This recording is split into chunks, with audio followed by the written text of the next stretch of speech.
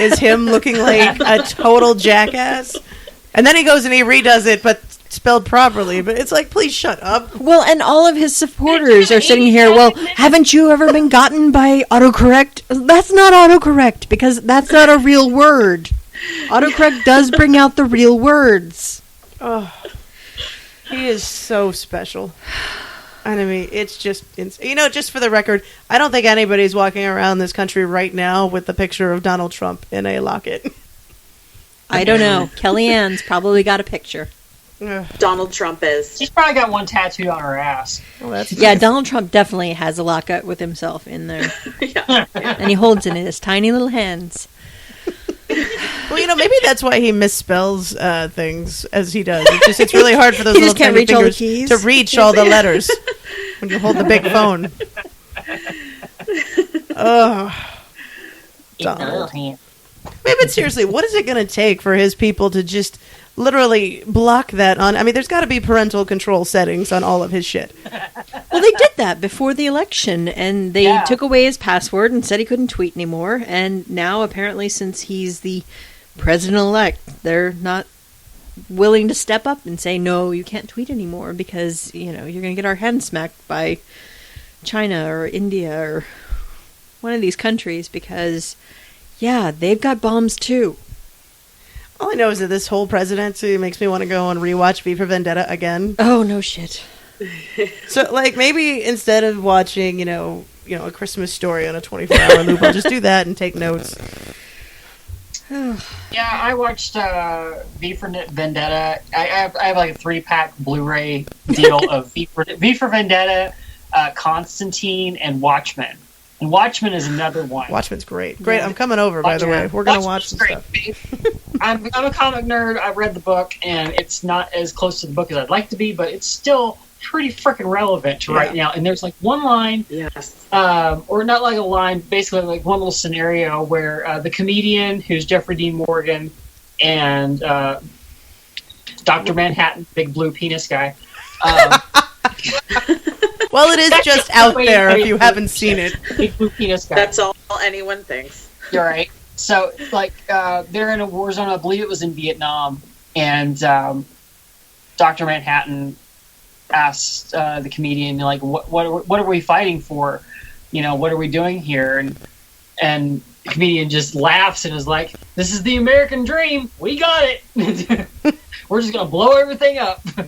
Yeah. Yeah, that's not right. Yeah, well, I mean, even with V for Vendetta, it's like the tagline of the movie is, the people shouldn't be afraid of their government. The government should be afraid of their people. Yep. And, it's total opposite of that right now. Oh, what's funny is both of those movies were written by the same guy. Yeah, Alan Moore. That's wrote awesome. both of those. Yeah. Who is a big bearded hippie somewhere in North England that smokes joints the size of table legs. So that explains a lot about the comic. And it is definitely a little bit different from the movie. But, I mean, I think it's the ending is the biggest difference because they changed the way they ended it. Mm-hmm. But whatever, yeah. I still enjoyed it. I'll still watch it. And the comedian, sadly, is still my favorite character in there. Even though he was the worst human being in all of them. He is the worst. Terrible. What? What? He is amusing. Because, I mean, I think he is amusing. He's also a rapist. Well, he's a psychopath. But I think it's important to point out these crazy-ass people. I mean, unfortunately, we live in a world where those things happen, and it is important to portray them on screen as opposed to just pretending like they don't exist. True. I mean, you need... Well, there wasn't really a genuinely good person in the whole movie, to be honest. I mean, everybody had their own faults. Everybody had their own little things about them that made them not the best people in the world. Much like real life. Exactly. How many genuinely good people do you know? You just snap his finger and blow somebody. Yeah. I feel like we're total... I don't know where we're headed with this, but I'm going to keep writing this out. But did you guys... And I'm way dating myself here, but did you guys ever play the game... it's a video game called Grim Fandango? Oh, God, it's been so long. But yeah. Okay, so basically the whole premise of the game is you're a Grim Reaper who you're trying to earn your way into heaven. And the only way you can do that is by collecting souls. And the better the soul, the better their train ride will be into the afterlife. So if you were like a saint, you're going first class. But if you were kind of a dick, you're going in like a little wooden box in the cargo hold underneath the train. You know, I mean... So, yeah, I mean, I feel like majority of Americans, or people in general, are probably not riding in first class. I mean, you maybe know a couple people that probably should be sitting close to the front, but I think most of the people I know were sitting happily in the middle of this. It's true. Oh, I'm in the cargo hold, sure. Yeah, no, I keep saying that I know I'm going to hell. Right now I'm just trying to get a good seat. Well, it's crowded, so... It's good.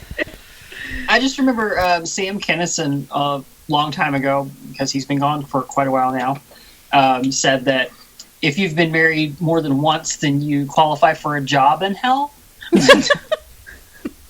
I'm pretty sure I'm going to be pulling double shifts. So. Yeah, no kidding. I mean, I think I'll be a supervisor in hell. We'll see. Right? Get in early. Well, at the way things are going, we may all end up getting in early, and we may all be glowing in the dark when we get there. So, I already got started. Well, there you have it, everybody. I don't know what else there is that we could possibly add about how excited we are for the way things may work out tomorrow. Yay, we're all going to die. No, I'm hanging on to my Lord of the Rings Samwise quote, "There's some good in this world, Mr. Frodo, and it's worth fighting for." That's what I keep hoping for. We're going to find the good in this world, and we've got to fight for it. That's the only way that we can keep going on. My favorite thing about Sam is the way he says potatoes. Potatoes. Oh, and Sean Astin, he's so awesome in person. Sorry. But on that lovely note, I think we can wrap this up. So, yeah, we'll take a breath and keep our fingers crossed that, you know, we're still around after the holidays to come back to you guys and talk some more.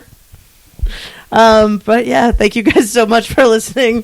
This has been Ray, Wendy, Jax, Katie, and Aaron. We are Nasty Women Nation. Thank you guys for listening, and don't forget to let us know what you think in the comments. And have a lovely evening, everybody. Adios. See ya. Bye-bye. Bye.